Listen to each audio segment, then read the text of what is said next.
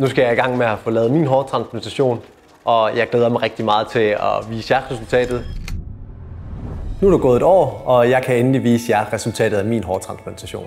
Nej, det har virkelig været dejligt at få hår igen, når bare sådan helt på generel basis at have noget at sætte, eller også bare sådan, hvordan folk de møder dig, at det har været rigtig dejligt, at det bliver ikke et fokuspunkt længere, når man møder folk, at nu har man jo bare normalt hår, hvor at før i tiden så kunne det godt være sådan noget, ja, det ved jeg ikke, man kunne få en eller anden kommentar på, eller...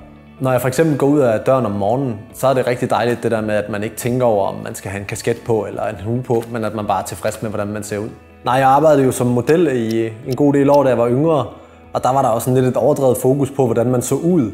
Og jeg tror egentlig, at jeg altid havde tænkt, at jeg synes, det var lidt for meget. Men da jeg så faktisk mistede håret og sådan oplevede, hvordan andre mennesker de møder en, så det der med, at man får håret igen, og at det bare bliver inden for normalen, og at det ikke bliver en samtaleemne, det er også rigtig dejligt.